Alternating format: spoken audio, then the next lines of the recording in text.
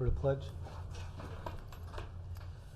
Pledge allegiance to the flag of the United States of America and to the republic which stands one nation, under God, indivisible, with liberty and justice for all. Roll call. Jeff Renahan, First Ward. Bill Carlos, Second Ward. Stefan Krakauer, Fifth Ward. Ann Shershon, Sixth Ward. Felicia Salvatore, Town Clerk. Jim Nelson, Attorney for the Town. John Baisley, Town Supervisor. Welcome everybody tonight. For the Committee of the Whole, we're going to have 3 presentations. The first one tonight will be presentation by Bird Scooters. 2 will be a presentation regarding project at 675 Dutchess Turnpike, and 3 will be a discussion with the Town Clerk on elected officials' term limits. With that, I'd like to start presentation number 1, Bird Scooters. We have Jeremy Lynch here to discuss Bird Scooters. Jeremy, go ahead, it's all yours. Great, thank you very much, ladies and gentlemen. Pleasure to be here tonight. I'll be as brief as possible. I know you have a lot on your agenda, and considering it seems like dinner is top of mind for a couple of folks. So let me share my screen here.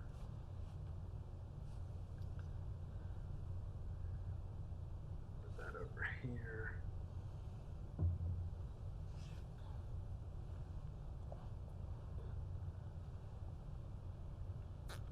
That's what I want to do.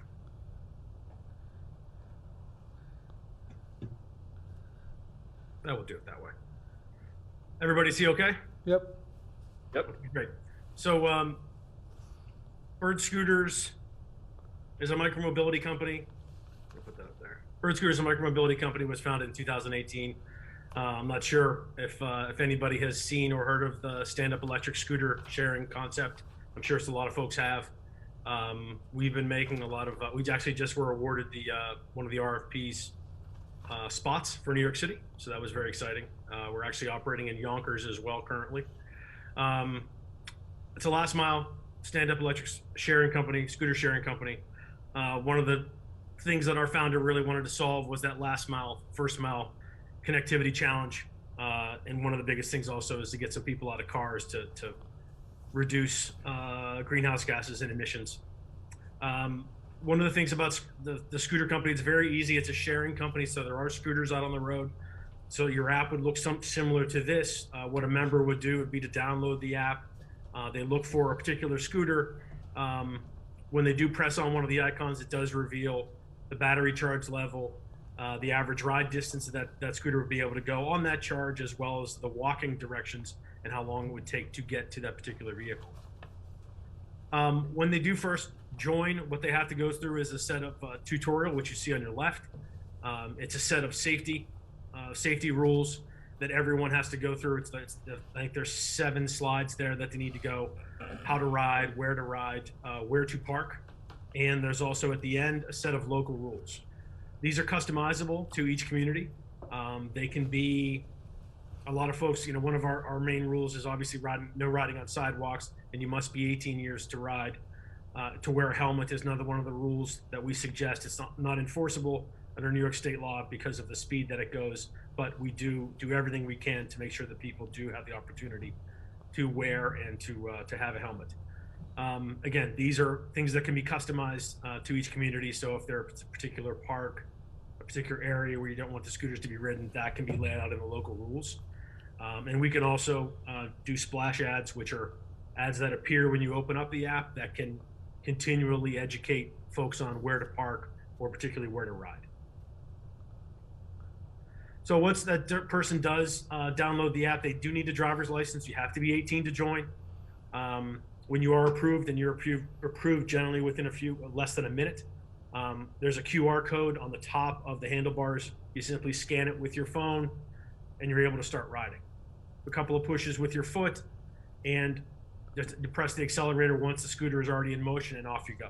The top speed is 15 miles an hour. Can't go any faster than that. It is a dockless model, so the scooters are left in particular areas that we would educate riders on where to park, generally the furniture zone. We can set up parking icons so they can park in particular areas. And I believe I discussed this with John earlier, that we can set up particular parking areas in downtown crowded areas so that scooters are left at the borders of that, maybe let's say restaurant row or crowded area, where knowing that a lot of restaurants are pushing tables out onto the sidewalks to get more people to be able to eat, dine in those restaurants. We can kind of cordon off so those scooters can be stopped in those areas, and they'd have to park in the virtual parking spots away from those downtown areas. So we simply don't crowd too much and allow those folks to actually have more space on the sidewalk to create more income for themselves.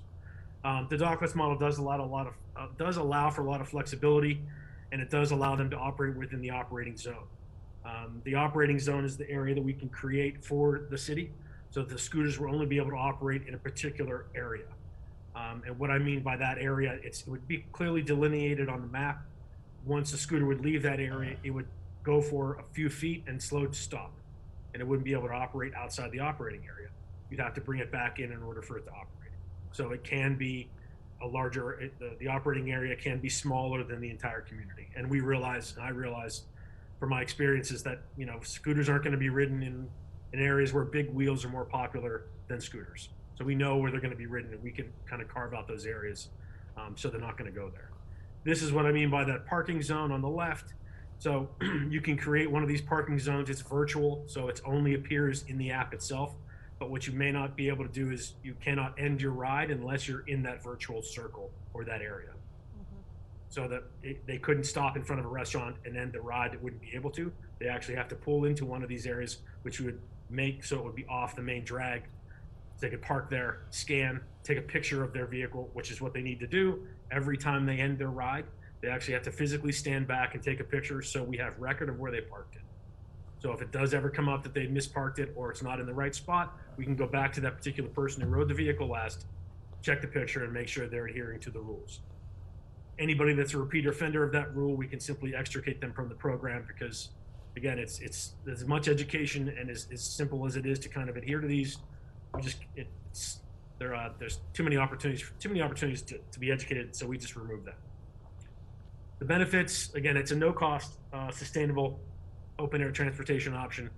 It opens up the downtown in certain areas and certain businesses to more opportunities for, you could say, students that live off campus in the northern part of town, different areas of town to people that live in other opportunities or other areas of town to get downtown.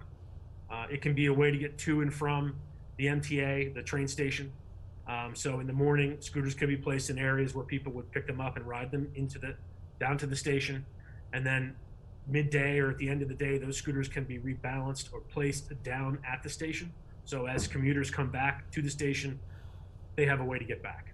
So that's kind of some of the solutions that we see, and I think would be, like it says there, supplement bus and transit trips. I think it'd be very successful.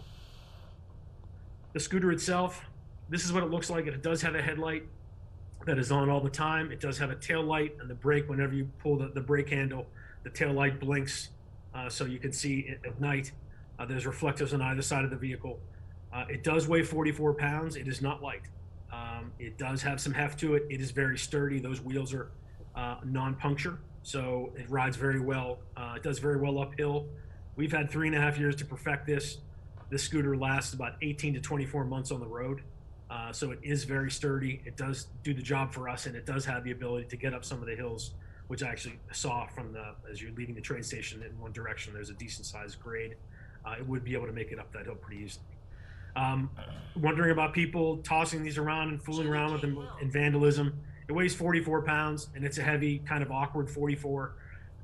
One of the things about our new fleet manager model, which I'll discuss, is that as soon as you pick the scooter up and it's not in reservation, it blinks, the light flashes, it beeps, and the tires won't move. So, and what happens is automatically the fleet manager is alerted.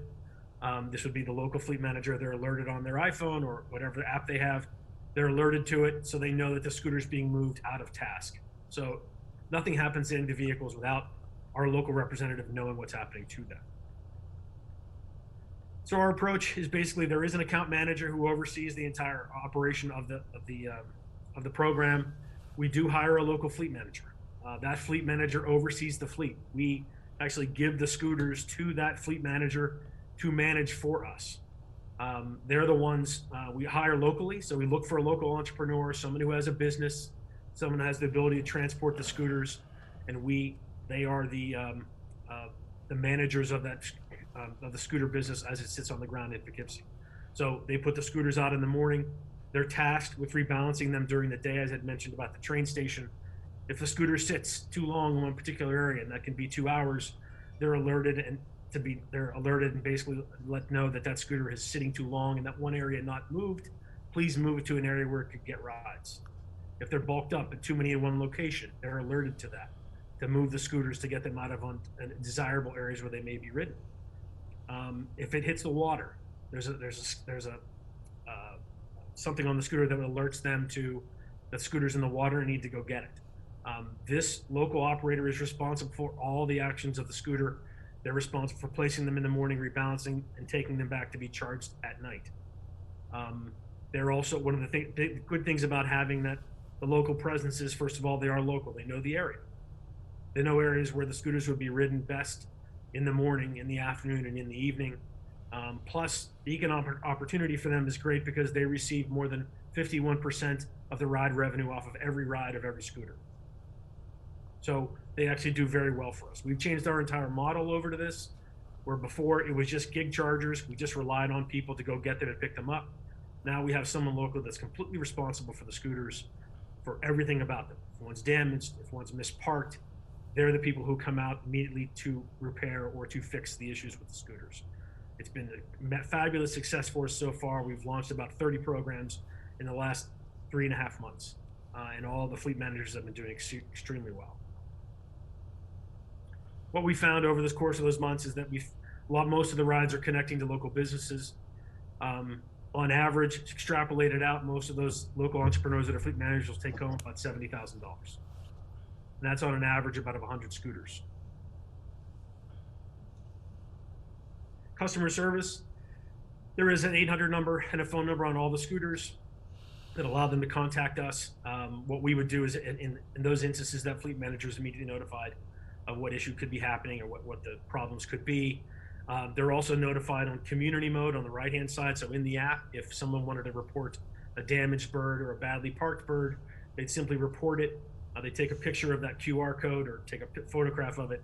It would alert the fleet manager right away to know that there is an issue with the scooter in town and to go address that problem right away. So it does allow other community members to help police the program and other members of the program as well to do the exact same thing.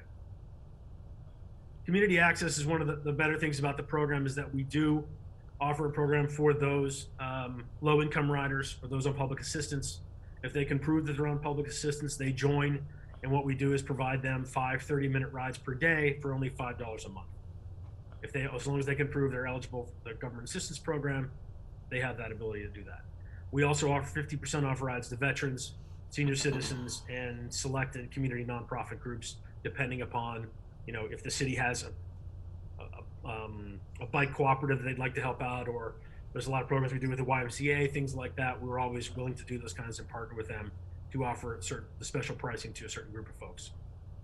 So the proposal that we're talking about, this is just a mock-up of guessing and knowing some condo areas and the train stations of what the nests and where these, just a small portion of where those scooters would likely be in the morning for particular rides. This is by no means any kind of exact piece, but we'd look to launch sometime in May or early June.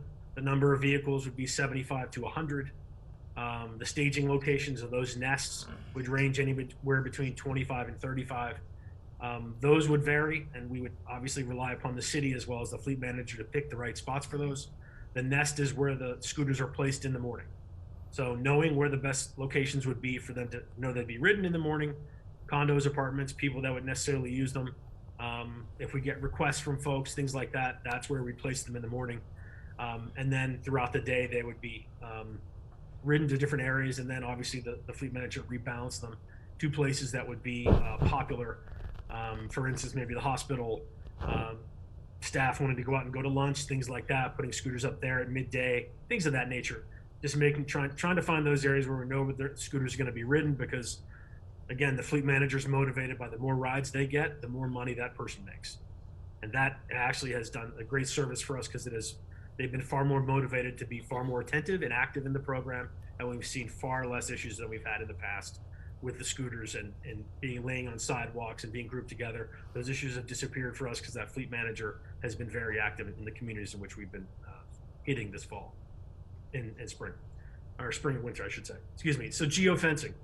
So this is when I was talking about the operating zone. We can create areas of no ride or slow zones depending upon what the city would wish to do. So if there's a particular park, if there's a particular school, cemetery, things like that, you'd like us to create no ride zones, we can create those zones. So again, the scooter can't ride through there. It would come into that area, slow, and come to a stop.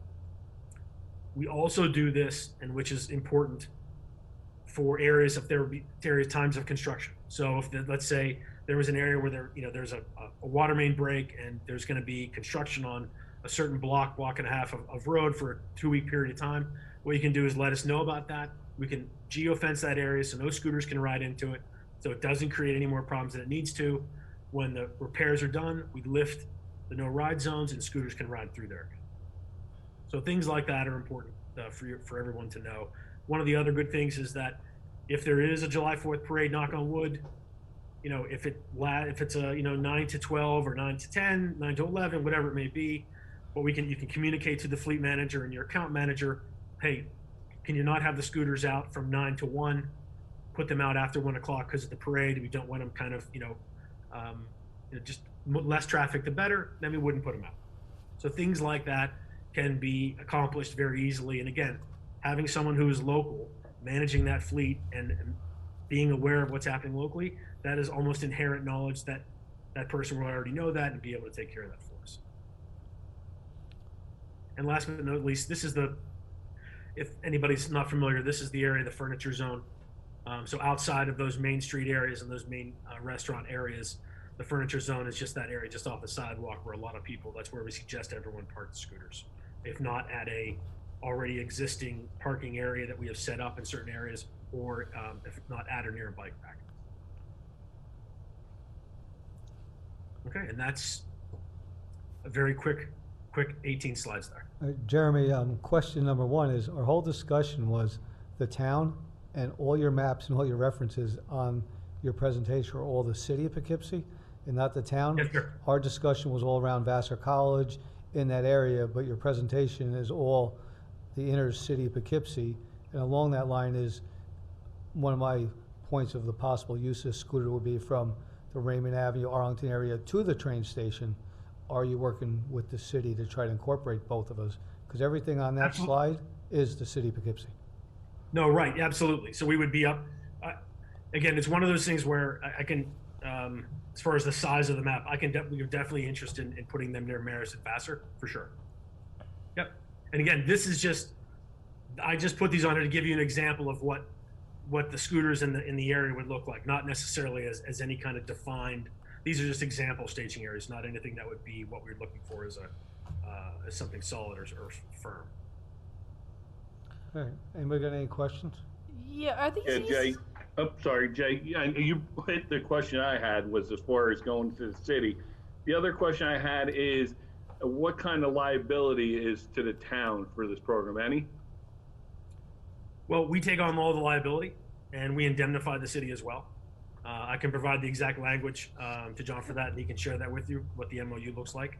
But it is our responsibility. We're first on the insurance, and we also indemnify the city. Okay, thank you. Yep. The town. Indemnify the town. Sorry, Yeah. the town. My apologies. Yeah, and also, are these easy to ride? I mean, it looks like they pretty much stand on their own. They are. I'm 54, and I love to ride them. I've been riding them for 3 years. I've never had a problem with them. They're, if you can ride a bike, you can ride a scooter. They're sturdy enough that at 15, it's a comfortable speed, and they're heavy enough that it's not something that hits something and then you lose balance very quickly. It can go over bumps, and you're able to keep balance quite easily. Good. And also, could you email your presentation to? I already have it, thank you. Okay, good. Then I need a copy. Okay, great. All right, Jeremy, thanks very much. We'll be in touch. Great. Thanks, everybody. Thank you. Thank you. Frank Rettel, you're up next. Thank you, Mr. Supervisor. Good evening, everybody. My name is Frank Rettel. I'm the project manager for Herb Rettel Properties and all of its holdings. With me this evening is Kyle Lawrence. Kyle is the head of our development portion of the companies. Is it all right if I share my screen, Mr. Supervisor? Go ahead, Frank. Okay. We presently own a warehouse building at 675 Dutchess Turnpike. It, well, it's not going to come out too good. It's presently zoned IL, and the tenant that's in there is going to be moving out. He was a publisher, and with today's day and age and technology, the publishing field is not a very good one to be in. We'd like to repurpose the building. The building is kind of unsightly at this point. Frank, were you going to share And your our screen? thought process is to make it into apartments. This is a picture of the way the building sits now. Frank, we don't have your screen yet. Oh, okay. No. Right. If you I'll want, just go I can go ahead and share my screen. Go ahead. Well, I'll just keep going. I was going to just show you a photograph of the building as it is. Kyle's going to show you what our actual plan is. We previously had a meeting with Mike Welty, Jessica Lopez, and Chrissy from zoning. Our intent is to make an application to the town to change the zoning from IL to RM. Of course, your board is needed in order to do that. We got some favorable responses when we met with Mike and Jessica and Chrissy. We wanted to make a presentation to the full board to get any comments or thoughts or impressions from you so that we can take those into consideration in making the zoning application. Kyle, you want to take over from here and bring your screen up and show them what we have in mind? Yep, absolutely. So hello everyone, I'm Kyle Lawrence, as Frank introduced me. Let me just pull up my screen. And let me just make this a bit larger. Felicia, just make note that Councilman Safone I is did. on there. Yeah. All right, so this is just a cover page that we have. Sorry, 1 second here. Cover page that we have, just highlighting different amenity spaces, group fitness, the walkway over the Hudson, bringing the community, as well as some inspirational images. This here is, are you able to see my screen? It's saying it's paused. Your screen is there. Oh, there it goes. It's there? Yep. Okay. Yep, got it, Kyle. Great. So this is the building here now. Currently, this is Route 44, and this is Catskill Avenue. So you'll see we do have ample parking here in the front. This parking does not exist, but we will be adding that. Down here, you'll see some more inspirational images of what we're looking to do for amenity spaces. So item 1 here is I highlighted on this section of the building. Item 2 is more of a outdoor grill area, picnic tables. Item 3 is outdoor gas fire pit we're considering installing, which will be located right here. And these are actually raised beds, which are noted right here on the plan. This would be for communal gardening for the residents living within this building. Items 5 and 6 are just additional images of what this potential outdoor courtyard could look like. And Just, lastly, Go ahead, Yep. Kyle. lastly, this is the Dutchess Rail Trail and our access to it. So we'd like to tie this building in with the rail trail.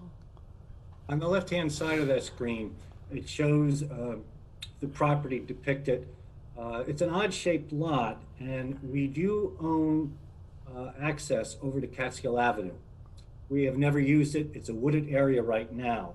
And as Kyle will explain to you later, we'd only want to open that up for emergency vehicle access, not through traffic for the people in the apartments.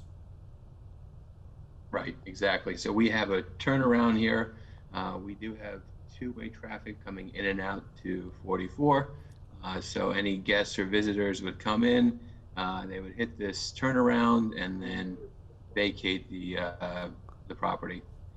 We're even considering not paving this, but using more of a item 4 or stone and gravel, and also having clear signage delineating that it is strictly for vehicle access. As Frank said, this is to really limit the amount of traffic that would impede onto Catskill. This is the current density we have right now. So these lighter purple shades are 1 bedrooms. We have a total of 18 of these. These darker purples are 2-bedroom lofts. We have a total of 3, and then we have ADA compliant 1 bedrooms and 2 bedrooms. The reason we went with lofts here is we have very high ceilings. We have 18-foot ceilings, so we are taking advantage of that. So on the next slide, you'll see this is where we start to deck in on the 2nd floor, and this is where most of the bedrooms will be, other than obviously on the ADA compliance. We also will have some flex space, both on the 1st floor and these 2 sections, which we're considering maybe a fitness center in one of these, a movie screening room or a billiards room in one of these, and then the larger section, it's still conceptual in design. This is another layout of what the apartments will look like. So you see you have, this would be the 1st floor. You come in, you have your bathroom, kitchen, living room area. You walk up the stairs, and then you are in your bedroom. And all of these 1 bedrooms have 2 bathrooms as well. And this is just another layout for a larger 2-bed, 2-bath. And again, this is the look and feel we're kind of going for the interior of the space. This is another slide. This is just highlighting the layout for the ADA apartments, as well as the look and feel.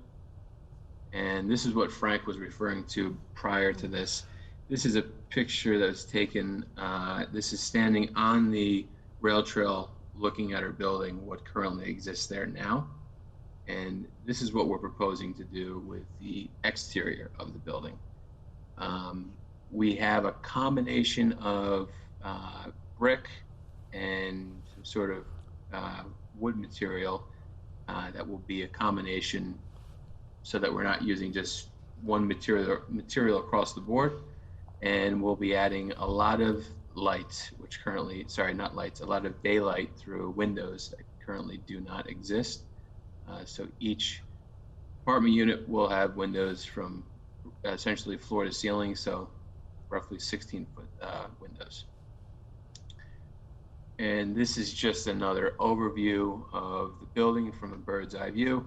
These are the raised beds I referred to before, the amenity space, and then the building as a whole. And I think that is my last slide. Any questions? Any board members have any questions this time? Yeah, when you're going up 44, where is it? It looks like it's behind stuff. It's not on 44, is that correct? Correct. That's correct. It's not right along the road. It's at the top of Brickyard Hill. If you know where Harkins Welding is, that's the entrance driveway. You pull down there and the warehouse is off the road. It's set back. It is just, well, it would be due west of Love Road and the shopping center down the hill. Love Road, the shopping center. Yep. I mean, it seems like a lot. It just seems like it's like jammed in there. It just doesn't. I mean, there's single-family homes in the back there, but that's. I mean, what? It just seems like a weird lot, and it just seems like I don't know. It just seems like it's jammed in. It's a very weird lot. It is an odd-shaped lot. This is something that we're trying to do to not only make the building look better, but also to fit in with the neighborhood. It is a lot of residential over there now. Single family. Pardon me? Yeah, it is single family. Yep, there's no question about it. Eastdale is just down the road. But for the most part, it is single family around there, yes. Well, Eastdale is pretty far down the road. It's not Yeah. correct. I mean, it's not near Eastdale, really, is it? No. Eastdale is probably about a mile down the road, 2 miles. Yeah, it just, like I said, it just kind of putting a 10 We pound. thought it would fit better than rather than keeping it light industrial and put something else in there. We thought it would be better for the town and for us if we did something nice for the property. Yeah, I don't know, it seems like like I said, it just from the aerial view and then the picture on the left, it looks like a little wedge of property that you wouldn't even think would fit that. And then the way you're sort of accessing it kind of makes it, I mean, it's a little convoluted coming in, going around a circle and coming back. So I say it just seems like it's too much for the property. Yeah, actually, that was my question. Do you really need to have that roundabout? Is that for the fire department or something, to get a fire engine in or out? Do you really need to have that roundabout? That can't people pull out of their parking place and just, back out and go the other direction? You're going to jam people up because they're parking spots up front. So they try to turn around as they're driving by that building. They're going to be jammed up. And As a general rule, when people pull in, they're going to park in one of the parking spaces you see there. Right. It would be maybe for deliveries coming in, and they're going to go to the rear of the building. You'd need the turnabout because we don't want people going out on Catskill Avenue because we didn't want to increase the traffic on Catskill Avenue. We wanted to leave it the way it was. Okay. I've been to Harkins a few times. It's very difficult to make a left out of there. I think. You can't make a left. You can only make That's a why right. it's difficult. Just wonder. Anybody have any other questions this time? Nope. No? Frank, thanks very much, and we'll Okay. we'll be back. Thanks We'll for your talk time, to- everyone. And we'll talk to Jessica also. I sort of Yes. like the project. It It's- looks nice. It's a weird little spot back there, but up against the rail trail, if it's tied in right and done right, I may have an issue with the in and out part, which looks a little on the difficult side, but we can talk further. Okay. Thank you very Thanks. much. Thank you for coming. Thank you. tonight. Thanks. Third one on our agenda Good night, is everybody. Good night. Felicia, elected official term limit. It's actually not term limits. It's actually Oh, yeah, why do I keep putting limit on there? Terms. terms. Yeah. Yeah. Term limits. I mean, Yeah. No. maybe you want term limits. I don't No. know. But basically, it's not. It's just really a suggestion. I've thought about it for years. I actually tried to put a 4-year term on.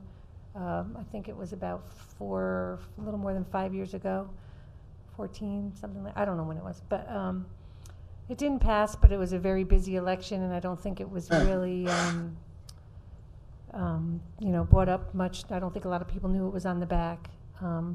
But I just did a little, just for purposes so that you guys know, I did a little research. And out of 18 town clerks in Dutchess County, there's 13 that have a 4-year term. There's 4 that have a 2-year term, and then there's 1 that's appointed. And then supervisors, well, we'll go to the town board next. We'll leave supervisor for last. Town board, out of 18 towns, there are 16 that town board members have a 4-year term, and there's 2 that have a 2-year term. And then supervisors, it's kind of weird, but it's switched. There's actually 13 with a 2-year term and 4 with a 4-year term. So it just seems like that most of the town board members are a 4-year term. And I think it really makes sense, especially now that there's early voting, because you basically are in your job for 1 year, and then campaigning and all the stuff that comes along with being an elected official basically starts in February. And I think it's just, personally, I think it's a little bit distracting, and I think it makes more sense in many ways to have longer terms and staggered terms, because right now our whole board could actually technically be new people. And I think that's a little bit scary for a town the size of ours. I mean, obviously it's never happened, but that doesn't mean it could never happen. So I was just, in my head imagining that you could take 3 town board members, say 1, 3, and 6, or 2, 4, and 6, like do the even numbers, and me, that would start in 2022, and then you could do 1, 3, and 5 in the supervisor. That way you would have, and I'm just saying that because that would make it 3 council people, and then it would be me and the tax receiver at the same time, and then the other 3 You have your council. mask on? Then the other 3 people, it would be, I can't talk. Not good. Wait a minute, no. Can you please mute yourself, Lori H.? Thank you. And then it would be the other 3 council people, and then the supervisor and the highway superintendent, and, so. That's it, I was just putting it out there. You would have to put, forth a local law, and it would have to be passed, and then it would have to be a proposition on the, voting, and you would have to have that all done and in by August 2nd. So you would have to maybe think about it towards the end of May, and then if you were interested in trying to do such a thing, which I think is a good idea in a lot of ways. So, I don't know. Just thought I'd throw that out there to everybody. Well, And Felicia, thanks for doing your homework on that. I mean, you have been digging, you tried it a few years ago. Just something for everybody to think about. Everybody and get your thoughts together. And, you could always put the town clerk, the supervisor, and the council as 3 separate, just to see, because some people aren't going to, might have a feeling about one or the other, and that's what I would suggest. But I'm not a decision maker, I'm just a town clerk, so I just thought I'd put that out there and see what you guys all thought, and that's it. Alicia, can sitting councilman and a sitting supervisor and a sitting town clerk make or vote on the changes which extends their term? Bill, I can't hear you that good. No. You Can vote you on you vote on it, but it's actually you have to, the people vote on it. It just becomes a Okay. proposition, and the people of the town vote on it. Okay, and staggering the town board makes perfectly good sense. It does My make sense. concern is, can sitting elected officials vote to extend their length of their term? City? We're not voting to extend, we're voting to make the local law to put it on the ballot. Then it goes on the Okay. ballot in front of the voters. So like a proposition? Right, Right. exactly. And that's, Okay. it has to As be long as into the people board of, pick, it makes no difference to me. Okay. I'm not saying that you have to decide this tonight, I just wanted to, in a forum where you're all present, I just thought I would bring it up. Okay, anybody got anything else at this time? Nope, okay. On the committee reports, finance. Nothing to report. The only thing I'd like to report in the finance, the American Relief Plan, as you know, the town was awarded $4.85 million. As of now, there's very little direction on how the money can be spent, besides a couple caveats. They call it infrastructure, water, and sewer. They really haven't delved into what it is, and the money has not arrived at this time. And when it does arrive, I think it's a 4-year window to spend the money. So we're waiting for proper notification, proper direction on how we go about doing this, so everybody knows that it's not just a cash cow that we can spend anywhere we want, and we have no intentions of doing that. It's a fiscally sound town, and we want to keep it that way, use it to our benefit to fix something that's broken or to move us forward in the right direction. So as we get more information on where this goes, I met with the comptroller today to discuss possible projects that may be out there, and we will be working to make a list, so when it does come available, we'll work on it from there to see where we go. Technology. Just the website is still in process, right? The new website? Correct. Currently, our IT person is out this week, so when he comes back, we might have an update on that at that time. Recreation. Recreation, okay, well, we hired our new rec director last week, Friday, and she's gonna be starting not this coming Monday, but the Monday after that? Correct. Yes, she'll be with us, and we're hoping to meet with the new, is it the new, Camp camp director? Camp director, Yes, correct. Yep. yes, yes, this coming week. She was our assistant camp director for a few years, and she started as a counselor in training when she was 14. She's not new to town camps at all. No. And the girls softball, opening day is gonna be this Saturday, 10 o'clock at Stanley Still Park. And that's all I've got. If I can just add, Alex, who is our rec department right now, did a good job getting the soccer fields lined. And then Carlo Mazzarelli, who's our town resident and a coach in the soccer club, went down and helped with somebody that works for him and got everything laid out and lined properly. So the games began last Saturday and Sunday, and this week the fields got cut and they look good. So I want to thank everybody that sort of chipped in and got it done, given that we got a little different circumstances here. So Yeah, Alex is doing a great job, prepping the fields and getting them ready. We've asked people just to bear with us. He's got most of them. Just so you know, the soccer fields were rolled this week. The highway department rented a roller, and they went out and they rolled the soccer fields, and the Tilcon field got rolled today. So we've done both of those. And over on Older Drive, the basketball court used to have a half a dozen or more telephone poles all around the basketball court where it had lights many years ago. Central Hudson is realigning a couple of their telephone poles along the street. We asked them if they would pull those out for us. They took them out, filled them in. You never knew they were even there, so it doesn't look like a cluster of telephone poles sticking up anymore. It's cleaner and neater looking over there, and it didn't cost us anything. They were willing to do it for us when they move forward. Fire advisory, No report. infrastructure and land use. No report. Bill? Bill? You're on mute, Bill. I'll get used to this at some point, probably when we're back to live meetings. Nothing to report. Okay. thank you, Bill. Personnel, Jeff or Mike? Nothing to report. Okay. Building consolidation, nothing to report at this time. Master plan I committee? wish we had something to report. We're working on it. Master plan committee, Bill? Yes, that project is going along very quickly at this point.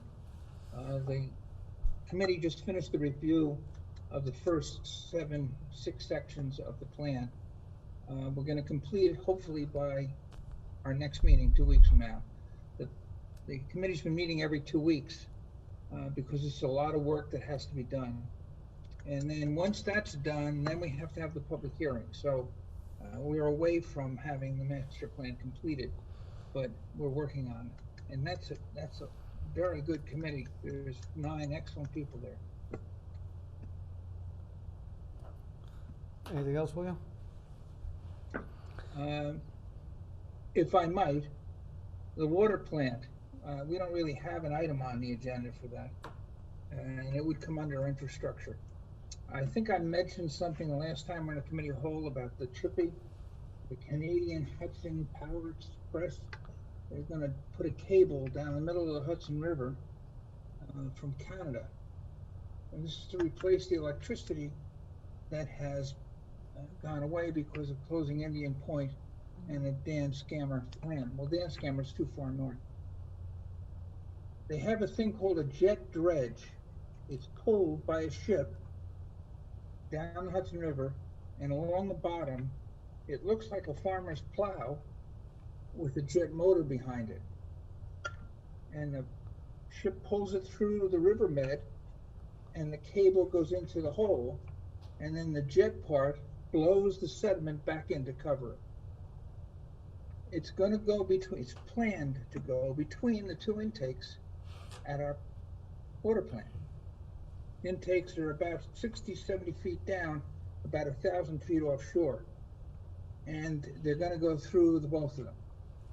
The concerns that I have is if you hit one, we have a significant problem. You can't do that. If you put all that turbidity into the intakes, we have another problem, and you can't do that. We are members of the Hudson 7, and that discussion is going on now. Hopefully we can have some kind of flexibility on the part of the company. the only response we have so far is, we have had our permits for 10 years and we're doing this. Okay? That's all I have.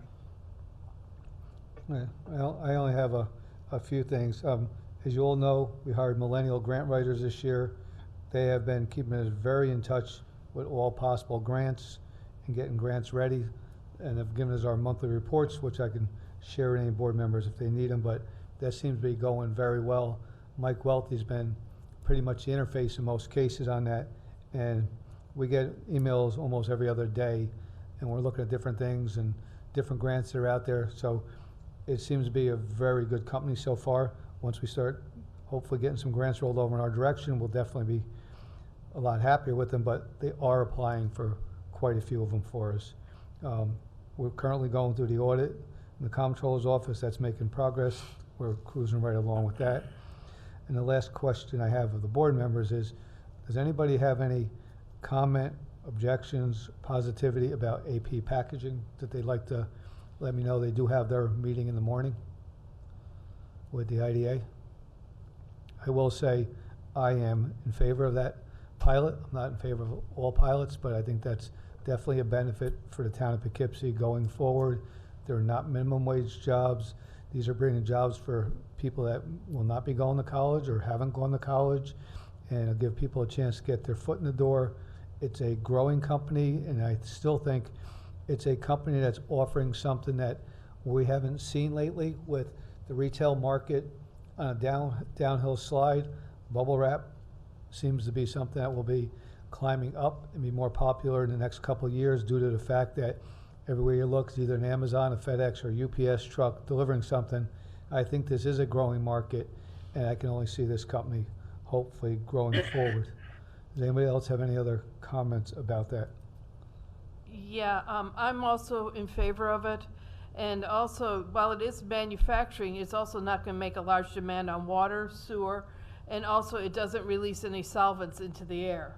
So it's actually a good thing. It's going to bring jobs to the town, and it's also going to infuse money into a building that needs some renovations to it. So it's going to become an asset and increase in value. And along that line, and it's also reusing a building that's already there. Yes. We're not, taking virgin soil and building something. It's actually, we're reusing something that was an old industrial site that actually has a school in it, which gives them room that when the BOCES does move in the next couple of years, they're currently building their new location. It'll give them room for expansion there. Well, I support what's been said, and I support the idea. I think the pilot that has been proposed needs to be looked closer at. And if that works out the right way, then I'll be in full support of the project. Everything Jay said and everything Ann said is true, and it's a good thing. I unfortunately feel we have to really watch the finances at this point. And that could work out. They may change some of the terms in the pilot. I have a question. The information that was provided to the town board, was there other information provided to the IDA that we didn't get? Somewhere along the lines, I got the impression that some of these applicants want confidentiality, so it doesn't become part of the record. But I think the town board, if we're giving a tax break to somebody, we should be able to take a look at all the finances, all the numbers. So I guess that's my question. Is there more information that was provided to the IDA than the town board as far as the financials? Stefan, that answer I don't know. I asked for the IDA application, and that was all I asked for. I didn't ask for any other financial that they were giving over. That I don't know the answer to. And Stefan, I part of what I'm concerned about is we need to have actual financials with an actual projection. For us to make the kind of commitment the taxpayers in the town are going to make, that's fine, but it's got to be done for a company that we know is going to do fine and is going to be here for a long time. And those financial records have not been made available. Did you ask for them? Did you ask Representative Kelly for that, Bill, or no? I haven't. I was going to do that. I sent you an email. I don't know whether you wanted to run through your office Or do you want me to call them directly? I'll do either one. No, I think direct is the right answer. You can get all the answers to what you need Okay. directly As soon as instead I of get going the back. financial records, I'll make sure all the board members have them.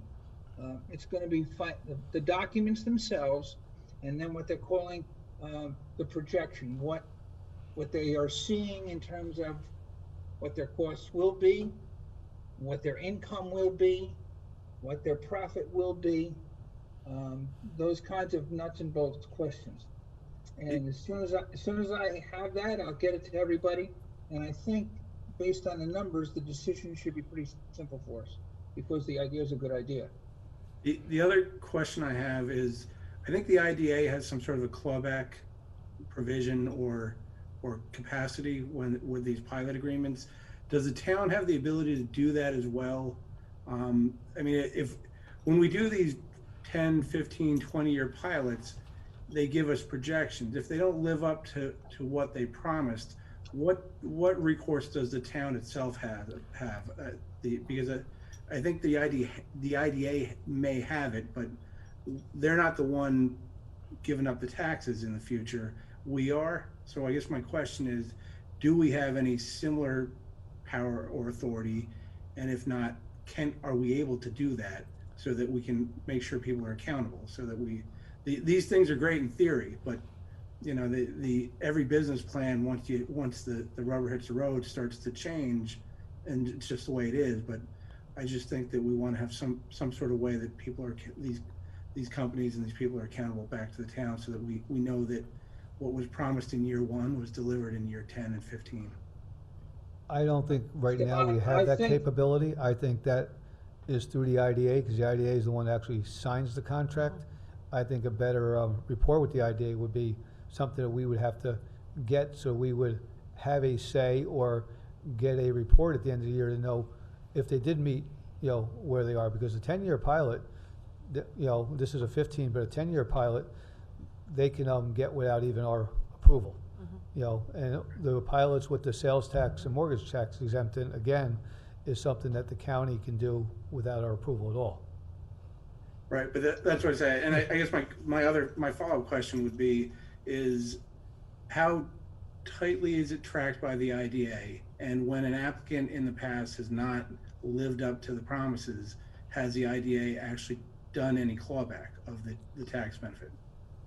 Are they actively? Stefan, I can't answer that question, but this is what my thinking is.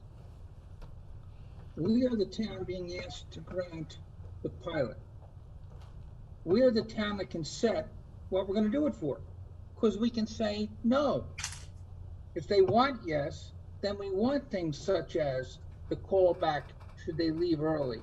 We want some things that can protect the town. We're talking about 15 years and a lot of money. I think, somebody kept saying it, everything is negotiable. To a point. Everything is But negotiable. Bill, a 10-year So I would expect when we get the financial records and the board sees it, the board gets a chance to decide whether we're gonna do it or not. Just If we're remember, gonna do it, then there's gonna come a sit-down point where we're gonna talk with the people involved, and we're gonna say, okay, this is what we're expecting. These are the things we want. If you don't wanna do them, that's fine. Our answer is no pilot. but Bill, a 10-year If you're pilot. driving the car, if you're driving the car, you're in control. We don't let other people spend our money and sit in the back seat. Bill, we're only half in control. A 10-year pilot, the county can do without even coming to us. Just like a 485B, if they can apply for a 485B, they can go right downstairs to the assessor if they qualify. That doesn't even come through us either. So there is a mechanism. The reason they're coming to us. If they do a 485B, does that exempt them from mortgage tax? Does that exempt them from sales tax? No, that gives them a tax break on town taxes directly. The mortgage and sales tax is done through the county. They don't even have to ask us that question at all. And that's one of the biggest nuts with some of these big projects. You know, you look and people say, you know, it was a $400,000, $500,000, $600,000, $700,000 savings, and it's in the sales tax is what it is, and the sales tax is county-wide, which is one of the few times that we can actually say, thank God it's not based on town-wide sales, it's county-wide, so everybody in the county is picking up a piece of that money. But if they're exempt from it, they won't be paying into that.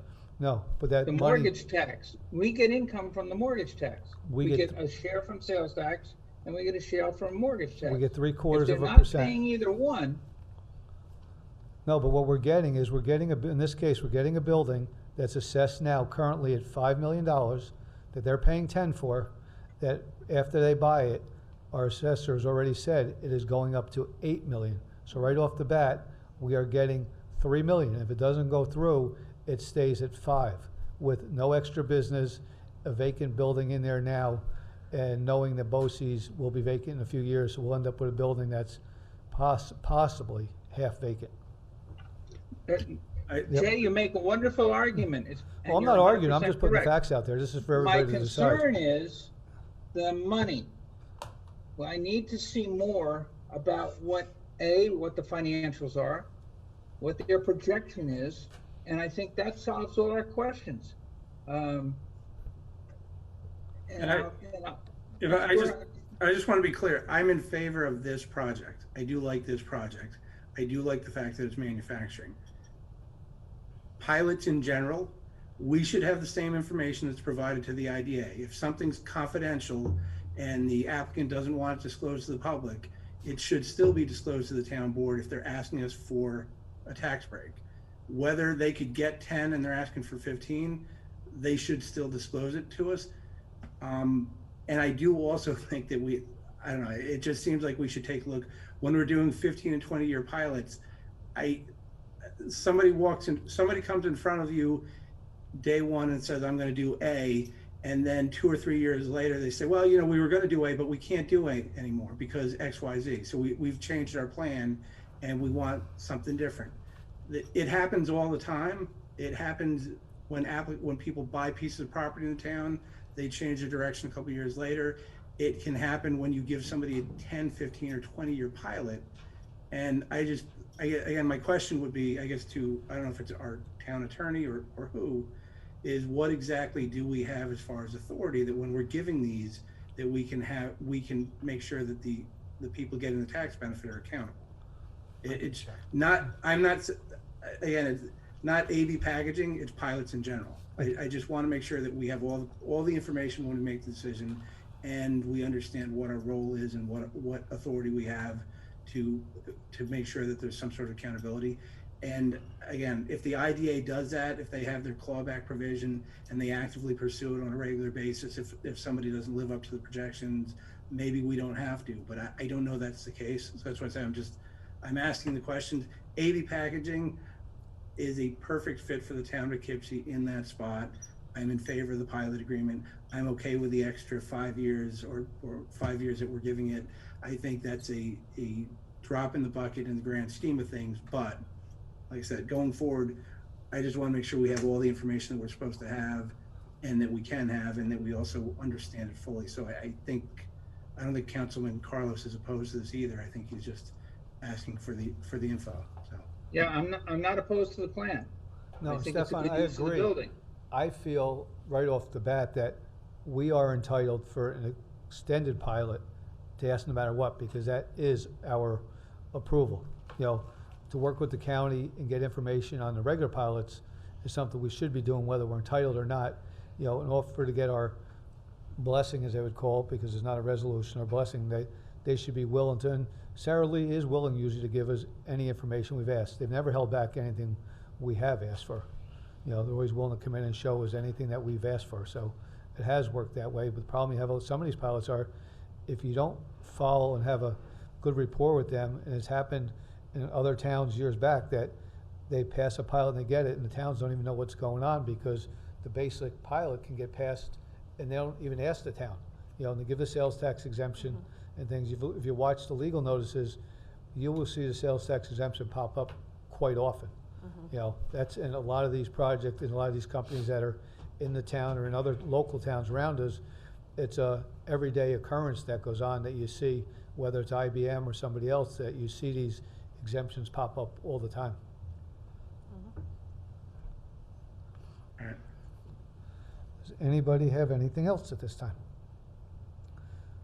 Just as Ann said, Saturday, 10 a.m. girls softball will be having opening day.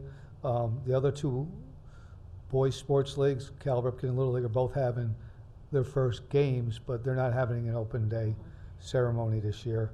And one of the reasons that girls softball is having it, one of the players raised the money last year to put up 2 scoreboards down there, so they're honoring the fact that she worked with the town and some of the local businesses, and that'll be the first day to get to use those. So anybody can go that day to show the support, for girls softball. Social distancing and everything still is what we'd like to see, but we would really like to see some support because they worked hard. This was a rather expensive project to do. Central Hudson ran lines in because they didn't even have power to the ball fields down there until this year. So it is a major change for that park, and the group down there and all the families involved and girls softball put a lot of effort into this project. So I'd really like to see anybody come down to show their support for the group that put this together. Make a motion to suspend the rules for any item at all. Second? All those in favor? Aye. Aye. Aye. Anybody? Doreen? Hi, Jay. Yeah, I'd like to bring something up about, I talked to Jay on the phone briefly about this today. It's about short-term rentals such as like Airbnb properties. So it recently came to our attention that there is a house in our neighborhood that appears to be an investment house, and the whole house gets rented out on Airbnb. Says it sleeps up to 10 people. Looks like it started earlier this year for the first time. So I asked if there was any regulation about that. And I did look at the county, and Dutchess County Planning Federation had a newsletter in September of 2019 about short-term rentals. They brought up a lot of things like, the differences between properties that, like if you have a room in your house or an apartment in your basement or something like that, there's a difference between when an owner has the house and maybe rents that out versus a whole house that gets rented out. The owner doesn't live there, and just seems like it's sort of also unfair to people who are paying taxes on their residences, and these people are paying taxes, I guess, as a residence. Actually, it sounds like somebody else is talking. Yeah, I'm looking. I don't see Mike's the phone. Mike, can you mute yourself if that's you? Thank you. Okay, yeah, thanks. So should these houses be assessed at like a commercial rate because they're really not residential? They're not living there and they're renting it out. Also, this particular house, why it says it sleeps 10, and some of the reviews did say they had 10 people who stayed there at one particular time. This house, as far as I know, has septic, and they're maybe like a couple 100 feet from wetland. So, where's the regulation on these things? I know Jay said you're going to start looking into them. Yeah, Chrissy has been looking into them, and Doreen, after I spoke to you today, she was having a meeting in the conference room, and she is looking at them because, as I stated today, there's so many different regulations. One of the big issues is septic, as we discussed today, and the other one is not owner-occupied, and some towns permit only so many in the town, so there's not a saturation of these because there are certain areas in the town that are more desirable than other areas to have these, whether they're closer to the train stations and different areas and different interests in the town. It is something that she's still looking at. She's finishing up another project now. I think she's just about done, and that is one of her other 2 projects that she's taken on, and she does have some information on all the other local towns around here because there's only about 4 or 5 towns in the county that seem to have something that's decent. Some they review every year, some they permit them. There's a lot of different bases, and we want to make sure we cover them all. And I agree, Doreen, Airbnb wasn't meant to be not owner-occupied. And that seems to be where a lot of the ones I've looked at are based at, you know, they're not owner occupied, and some of them are only allowed even also to rent so many days out of the year. They can't do it every day, so not the saturated neighborhood either. And just so you know, like, I know there's another house on our street that's probably had it as a rental for about 6 years, but they live there. Seems like they, you know, it's like for a maximum of 2 people. And, you know, that to me is a totally different story than, you know, renting out a whole house, especially in groups up to 10. That just seems like a lot. And, you know, it does affect the character of the neighborhood. Now, I can't say for certain, but one of the things that, you know, made me think there was something going on is there were a lot of people that seemed to be walking up and down the street that we didn't recognize. Now, we don't know everyone on the street because there are some new people who moved in, but this place seems to be pretty booked up. And again, I can't say for certain, but, you know, it does bring different, you know, people into the neighborhood. And I just think there should be some sort of regulation. No, we are moving forward with it, thank God. Okay, and then I have a comment about the earlier project, Mr. Reddle's project. So again, I would hope that we're not going to see a request for a pilot and a sales tax exemption and a mortgage tax exemption, especially because, you know, this is solely residential. And, you know, again, I don't know that pilots were supposed to be for that. And, you know, I see the, you know, like Violet Estates, these senior apartments there.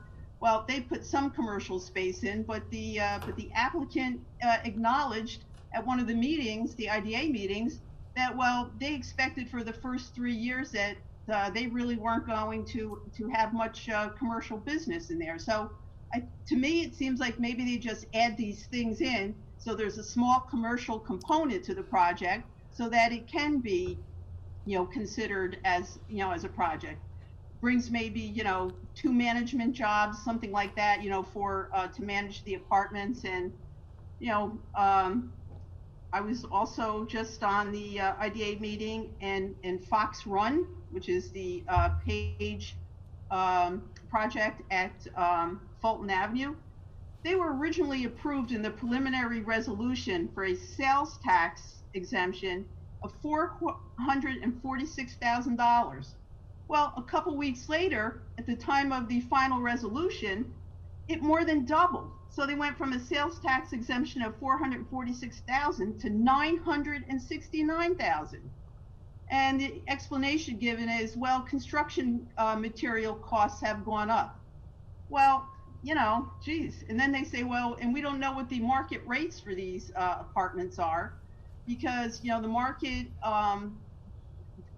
rate is getting like saturated for what people will pay for apartments. So they're saying construction costs are going up and we can't keep raising the rents because people won't be able to pay it. So instead, we're going to ask for sales tax exemption, mortgage tax exemptions, any exemptions. And again, it just gets to, you know, spread out to people in the town. And, you know, if there's a business component, fine. And if you can have accurate reporting on what those numbers are going to be, and I can provide some more information. I'll send Mr. Krakauer some of the information that I have gleaned from attending IDA meetings over like the last 16 months or so about projects that have and have not met their job projections. So, you know, again, something like AP packaging, maybe it is good. It has manufacturing component at least, but again, the financials should be disclosed, you know, and also there should be job tracking. And, you know, Jay, I know you said that they don't have to come to the town if it's a 10-year pilot. Well, then let them ask for a 10-year pilot if they don't like it. No, I agree, Doreen. They should. That's why I said they should open up to anything we ask for. If they're asking for something extra, they should open up to us. So I would like to see the town board have a little more discussion on pilots, sales, you know, and to take into consideration, even if you don't have a, you know, final say over the sales tax and mortgage tax exemptions, I think you need to have a discussion about these pilot projects, particularly when it comes to residential. Doreen, if I might, just a quick question. You say you've been going to them for about 16 months. Have you seen them take any action against an applicant who doesn't meet what they say they're going to do? They leave early or they don't do it right? Does IDA ever go back and take the money back from them?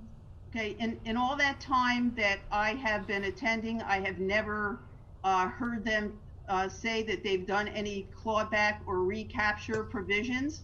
Whether any of the projects actually should have been, I don't know. But all I can say is that there has not been a project that they have not approved. Every project has been approved in the 18 months that I've been, I think it's 18 months. It was since, I think, December of 2019. So in that time, every project has been approved. There has, never been a project that hasn't been approved. I have not heard of any recapture or any clawbacks. And I'll tell you, there's just some things that go on at these meetings that are just unbelievable. If I could take a couple more minutes here. Please. Just to make the point. So this morning at the IDA meeting, you may remember the O'Neill Group from the Dutton project.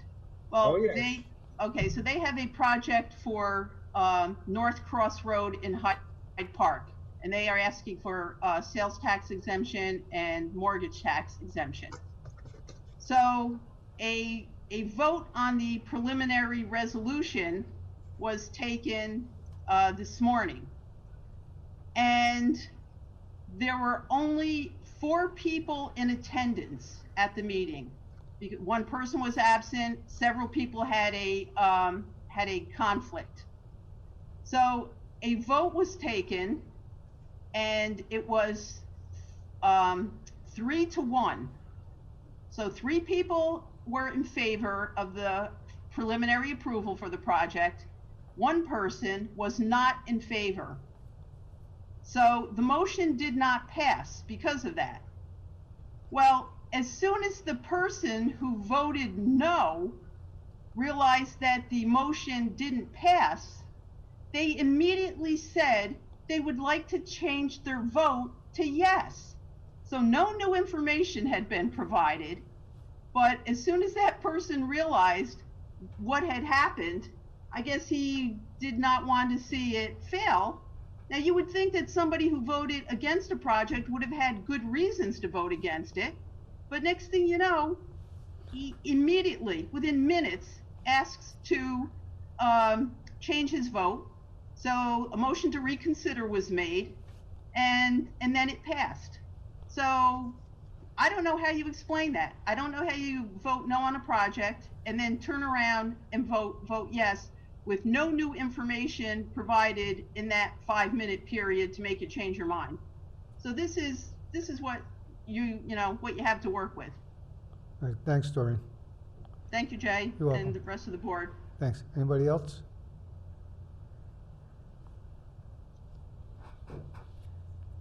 No? Not that I can see. Okay. Motion to resume the rules? Second? So moved. All those in favor? Aye. Aye. Be it resolved, the Town Board of Town of Poughkeepsie is hereby adjourned executive session to considering the following. Discussions regarding proposed pending or current litigation, towing, to discuss matters which are exempt under the open meetings laws, including matters subject to attorney-client privilege. And be it further resolved, no action appropriate money will be taken. So moved. Second. We have a motion and a Second. second. Any questions? All those in favor? Aye. Aye. Motion passes 6-0. Town Board goes into executive session at 8:14 PM. Thank you, everybody, for attending.